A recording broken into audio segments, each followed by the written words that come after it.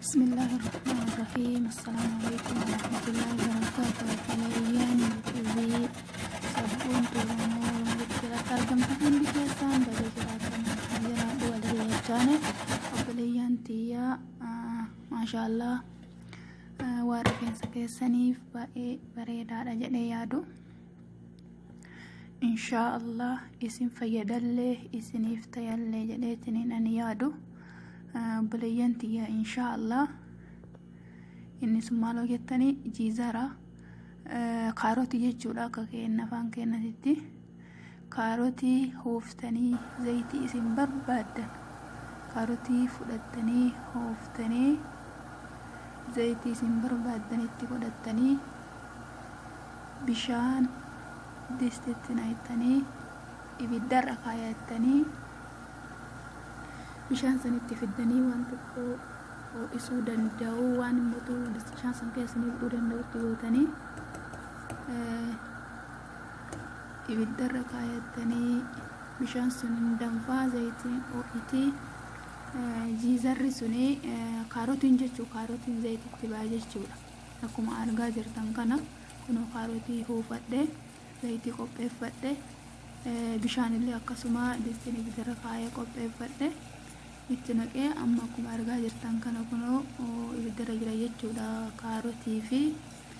zayitiidha.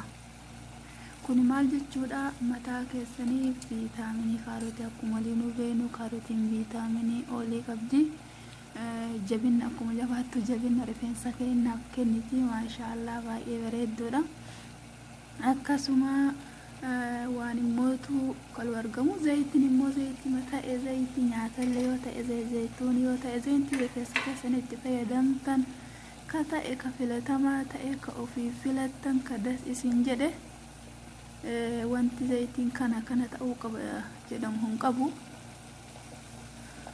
kanaafuu obboleeyyan tiyyaa itti fayyadamaa rifeensa keessaniif baay'ee bareedaa jiizarri kaarotiini rifeensa keessaniif isaan bareechisaa deebi'eetiin immoo jabina hundee rifeensa keessaniitiif hin kennamu feetanitti eda'attanii rifeensa keessan dibatuu dandeettanii kanaafuu hafuura takkallee hin qabu waan baay'ee filatamaadha bareedaadha obboleeyyan tiyyaa warri jiruu biyya ambaa gabrumaman ambaa keessa jirullee yeroo kalutti karaa laafatti waan dalagu keessaa itti fayyadamuu danda'a itti fayyadamaa isiniin jira kun amma danfise cuunfataa jira akkuma waliin arginu kana kun amma cuunfadhee qopheeffadhee isiniin jira obboleeyyan tiyyaa isinillee itti fayyadamaa isinillee mootuyyuu hin jaalladha hundumti keessan barakallahu fiikum share subscribe like godha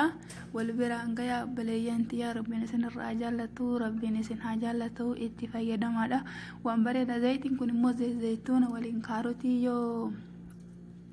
dandamee rifeensa bichaa miti fuula keessaniif jismii keessaniif zayituuna waliin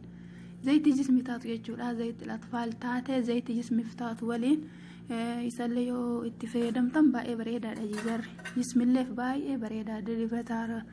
jismii nama gugguguuf baay'ee bareedaadha filatamaadha akkasuma itti fayyadamaa obboleeyyan tiyyaa irraa fayyadamaa itti fayyadamaa like share subscribe godhaan mootuyyuu wal biraa dhaabbanna obboleeyyan tiyyaa bakkuma jirtanitti nagaa fi rahmanni rabbii isin biraa jiraatu kunan qopheeffadhee godhadhee geeffadhee wanti kun kaarota jechuudha kaaronni akkuma argitan kun furdatallee xiqqoo isin furdata